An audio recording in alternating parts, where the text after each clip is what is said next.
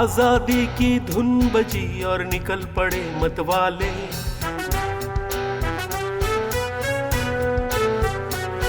ओ आजादी की धुन बजी और निकल पड़े मतवाले। गांव शहर की गलियों से आए हैं हिम्मत वाले। बांध कफन जब घर से निकले बलिदानी की राहों पर। झूम उठा सावन मौसम का गलियों और चौराहों पर। वंदे मातरम वंदे मातरम वंदे मातरम वंदे मातरम।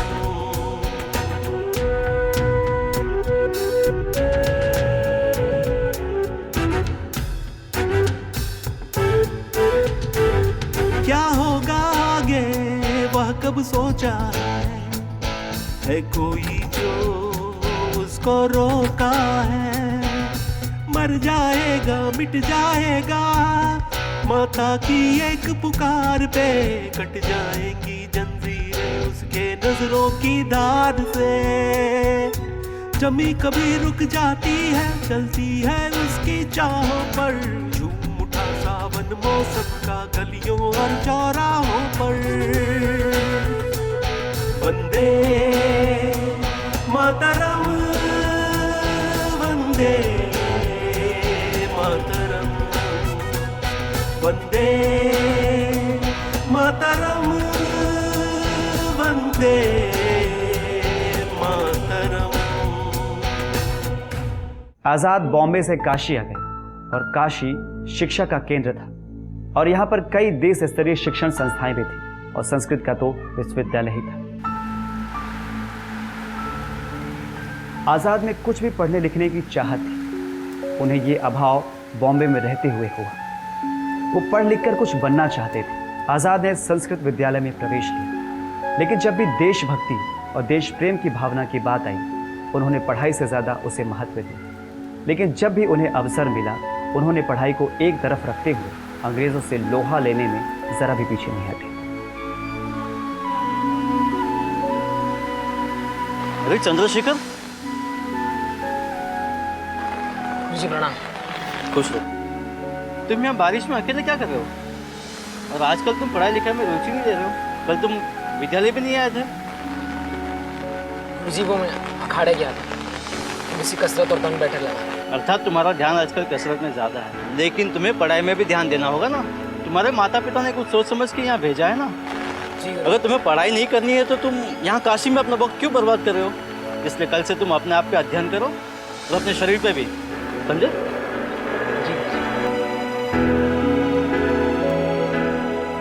गुरुजी सही कह रहे हैं। बापूजी को पता चलेगा और गुस्सा होंगे। मुझे अपना ध्यान पढ़ाई पर भी लगाना चाहिए, शायद कोई छोटी मोटी नौकरी मिल जाए। आजाद निडर और साहसी तो थे ही, न्यायप्रिय भी थे। अगर किसी के साथ दुर्व्यवहार या अन्याय हो रहा तो आजाद को बर्दाश्त नहीं होता था।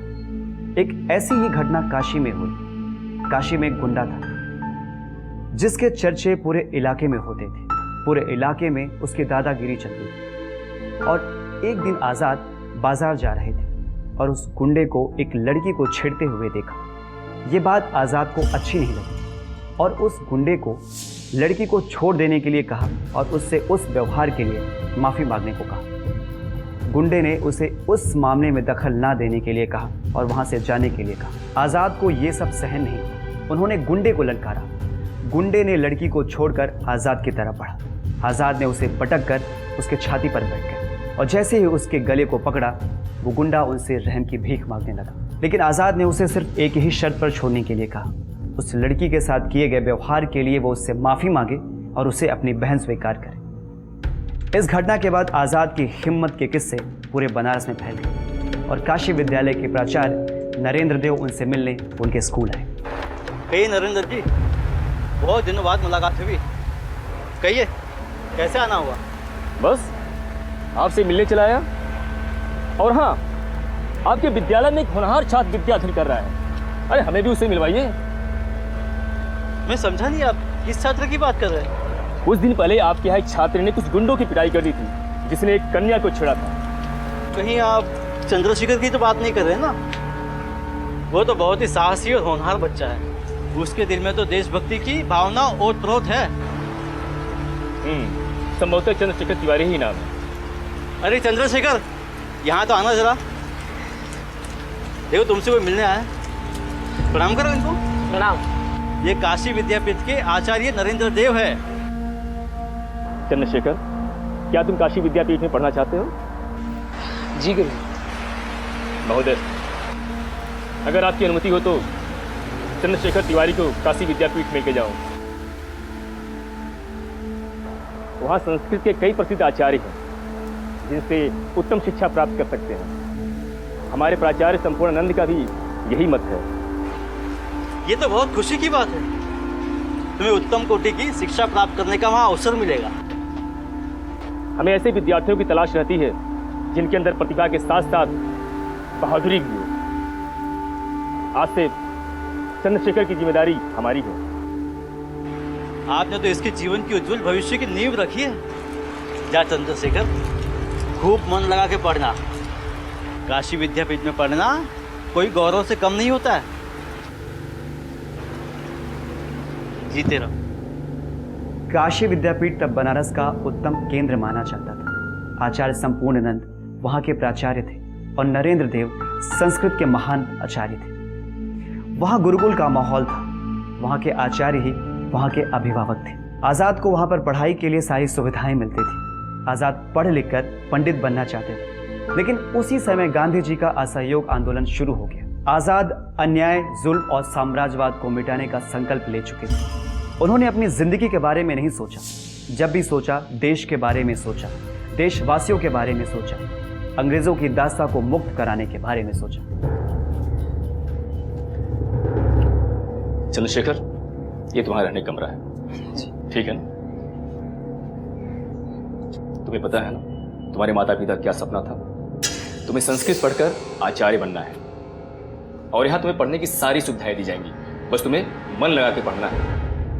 यहाँ का जीवन बेहद ही सादा और अनुशासित है। जी गुरुजी। परंतु ये अंग्रेजों का क्रूर व्यवहार मुझसे सहन नहीं होता। आखिर कब तक हम अपने ही देश में गुलाम बनकर घूमेंगे? तुम सही कह रहे हो, लेकिन उग्र स्वभाव वाली प्रवृत्ति मुझे अच्छी नहीं लगती। मुझे गांधी जी का हिंसात्मक आंदोलन अच्छा लगता है। जी गुरुजी, आप उचित कह रहे हैं। जहां तक संभव है मैं इसका अनुसरण करूंगा। ठीक, तुम्हारा।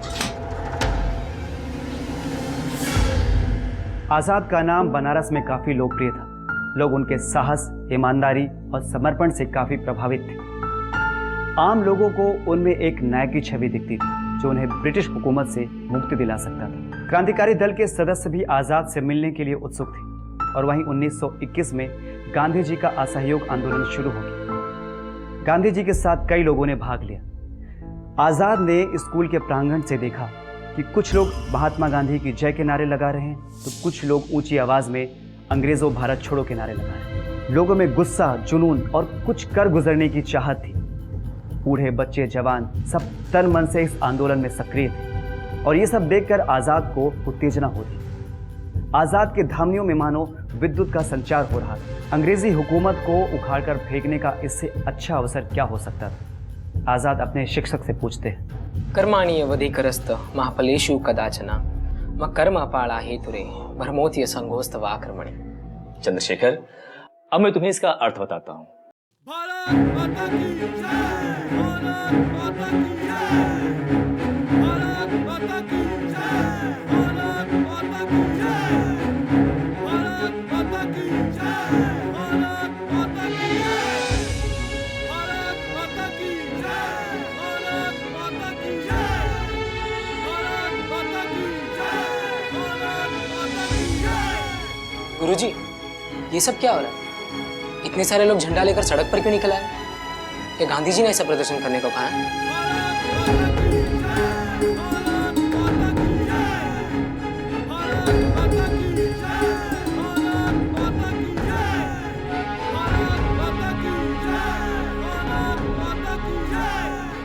तुम सही कह रहे हो। गांधी जी ने असहयोग आंदोलन की घोषणा कर दी। इस आंदोलन को सफल बनाना हर भारतीय का कर्तव्य है। तो क्या गुरुजी मैं भी इस आंदोलन में शामिल हो सकता हूँ? इस आंदोलन में शामिल होना हर भारतीय अपना कर्तव्य समझ रहे हैं। चंद्रशेखर, मैं तुम्हारे अंदर एक आग देख रहा हूं। गुरुजी मैं समझा नहीं। अभी इसकी जरूरत भी नहीं, अभी तो तुम्हारी शुरुआत है। बस तुम्हें एक बात का ध्यान रखना होगा, हमारी भारत माता बेड़ियों से जकड़ी हुई है। हमें भारत माता को बेड़ियों से मुक्ति दिलानी होगी। जी गुरुजी। मैं भी आया।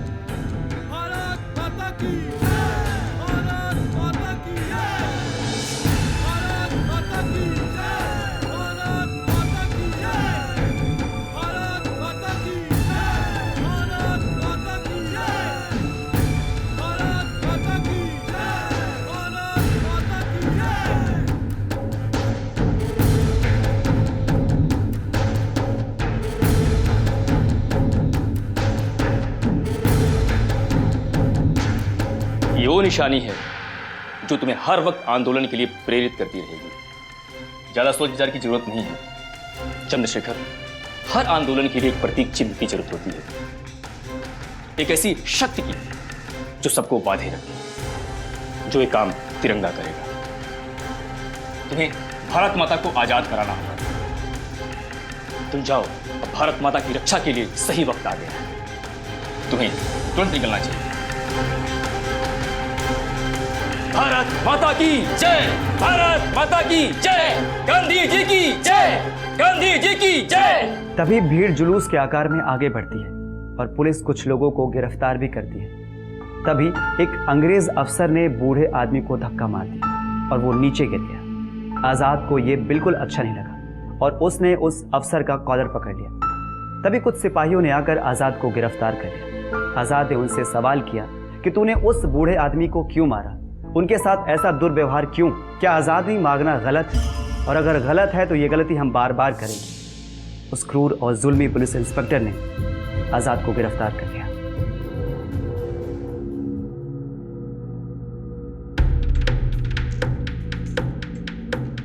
क्या जुर्म है इसका?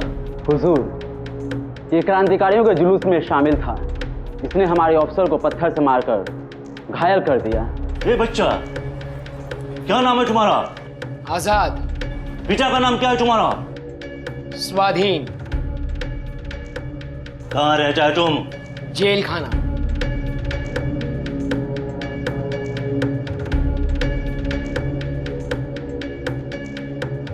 इसे 15 बेत मारने की सजा मुकर्रर की जाए।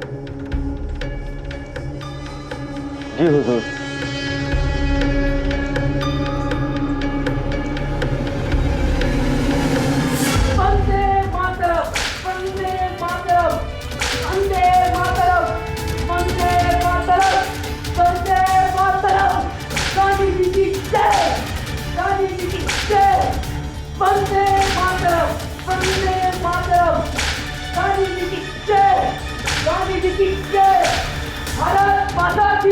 ये किसे मारा जा रहा है?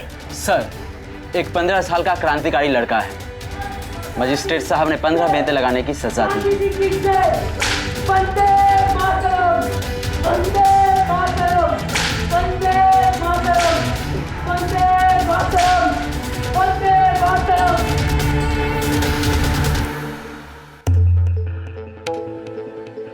माफ करना बेटा, हम हिंदुस्तानी होकर भी अपने लोगों पर जुल्म करना पड़ता है।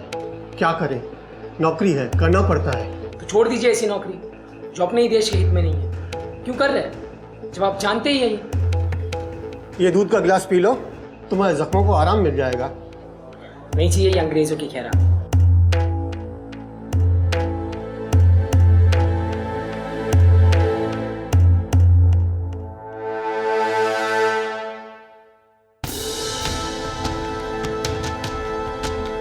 तुम ठीक तो हो? ये लड़का तो शेर निकला।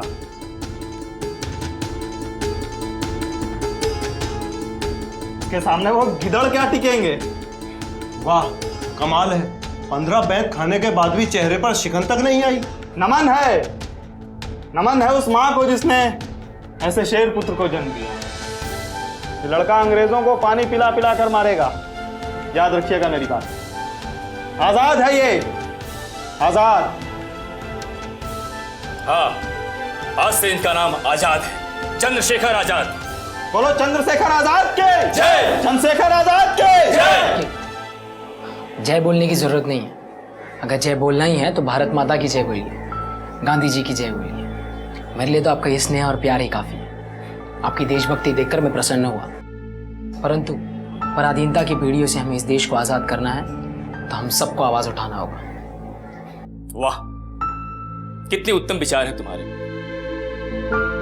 एक दिन आजाद का नाम इस देश के महान लोगों में गिना जाएगा। आज शाम हम सभी आजाद का अभिनंदन करेंगे। तुम्हें अंग्रेज अफसरों ने कितना मारा है, बहुत खून बह गया होगा। आओ, तुम्हें मैं लेप लगा देता हूं। नहीं नहीं, आप सबके प्यार और स्नेह से ये सारे जख्म भर जाएंगे और भारत माता के लिए 2 बूंद खून बहाकर मैं उनके कर्ज से मुक्त हो जाऊंगा। आप सब लोग विश्राम कीजिए और तुम आजाद के लिए हल्दी का लेप लेके आओ। जी मैं लेके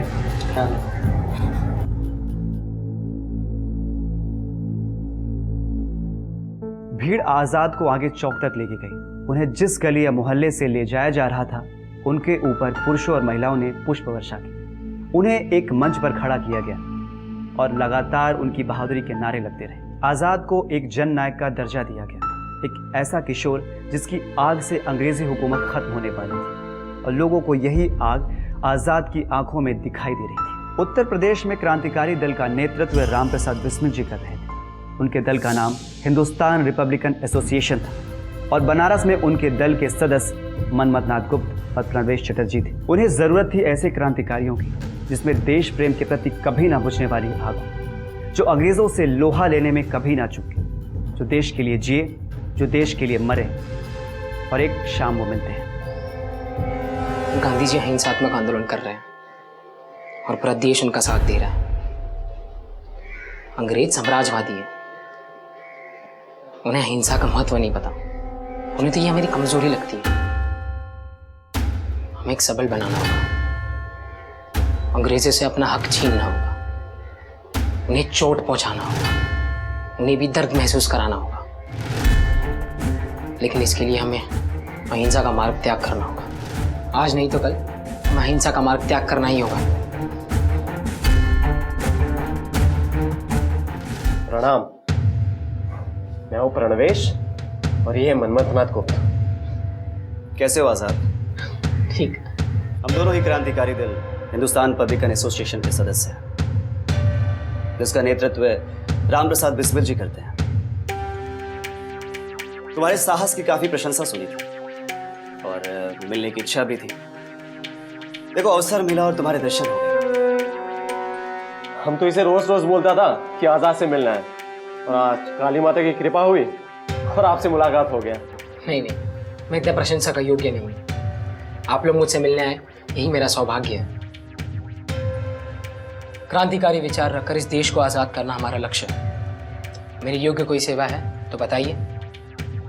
आजाद, हमारा दल संघर्षपूर्ण चुनौतियों से गुजर रहा है। धन की कमी, गोली बारूद की कमी। हमें समर्पित क्रांतिकारियों की जरूरत है। आजाद, यदि तुम हमारे दल में शामिल होते तो हमारे नव युवाओं का जोश हजारों गुना बढ़ जाता। आजाद, तुम्हें जो साहस, शक्ति और देशभक्ति है, उससे हमारे नए युवाओं को प्रेरणा मिलेगी और हम सब मिलकर अंग्रेजों को धूल चटा देंगे। मनमथ एकदम ठीक बोल छे। आपके शामिल होने से हमारा दल बहुत सशक्त हो जाएगा और हम सभी आपके साथ मिलजुल कर काम करना चाहते हैं। ठीक है, मुझे आपका प्रस्ताव स्वीकार है। देश की आज़ादी के लिए हम अपना सब कुछ निछावर कर देंगे। अब मेरा पहला और आखिरी लक्ष्य आज़ादी। वंदे मातरम! वंदे मातरम! वंदे मातरम! क्या लगता है प्रणवेश, आजाद आएगा? आना तो चाहिए। उसकी हमारे दल में बहुत जरूरत है।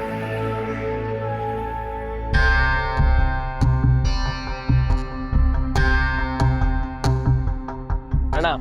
आजाद, हमें पूरी उम्मीद थी कि तुम जरूर आओगे। हिंदुस्तान रिपब्लिकन एसोसिएशन में तुम्हारा स्वागत है आजाद। हमारे दल का सिर्फ यही उद्देश्य है, एक ऐसी परंपरा स्थापित करना कि पूरे देश को स्वराज हासिल हो। हर एक इंसान को मत देने का अधिकार हो और एक ऐसे समाज की स्थापना हो जिसमें किसी भी इंसान का शोषण ना हो, जहां किसी के साथ किसी प्रकार का भेदभाव ना हो, सबको समान अवसर मिले, अमीर और गरीबों के बीच की खाई कम हो। लेकिन इस दल के कुछ नियम कानून हैं जो बहुत कठिन है। ये नियम इसलिए बनाया गया है ताकि सारे सदस्य अनुशासन में रहें। इस संगठन के विकास के लिए सदस्यों को अनुशासित होना बहुत जरूरी है। हम कठिन से कठिन नियम और कानून मानने के लिए तैयार हैं। संगठन की प्रगति के लिए सदस्यों का अनुशासित होना बहुत जरूरी है। सबसे खास और कठिन नियम ये है कि यदि हमारे दल को कोई धोखा देता है तो हम उसे गोली मार देते हैं। कोई दया नहीं दिखाई जाती, समझे? रणवेश,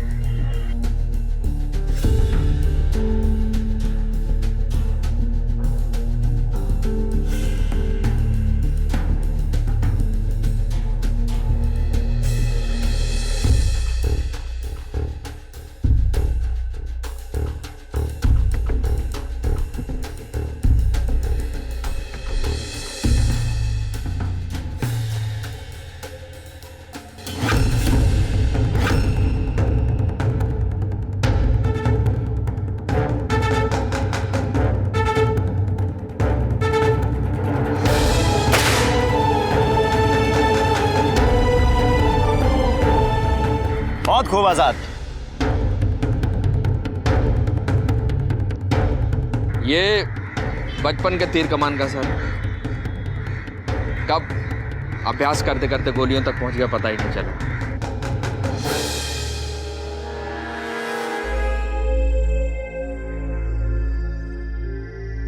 क्या हुआ आजाद? क्या सोच रहे हो? बचपन की बातें याद आ गई? संगठन का विस्तार बहुत आवश्यक है मनमत। अधिक से अधिक संख्या में हमें अपने साथ युवाओं को जोड़ना होगा। जल्दी से जल्दी कोशिश करनी होगी कि विद्यालय और महाविद्यालय में हम गुप्त वार्ताएं आयोजित करें और अपने युवाओं को समझाएं कि हमारे भारत माँ की दुर्दशा कैसी है। और इसके बाद भी यदि हमारे किसी युवा का खून नहीं खौलता तो यकीन मानो उसकी रगों में खून नहीं, पानी बह रहा है। और ऐसे युवा हमारे किसी काम के नहीं। मैं तुम्हारी बात से सहमत हूं, लेकिन अभी हमारे संगठन में धन की कमी है। हमें उसके बारे में सोचना चाहिए। संगठन के लोगों को एकत्रित करना होगा और धन की कमी कैसे दूर हो इस बारे में बात करनी होगी। एक नया तरीके खोजने पड़ेंगे जिससे धन की कमी को पूरा किया जा सके। आजादी की धुन बजी और निकल पड़े मतवाले, गांव शहर की गलियों से आए हैं हिम्मत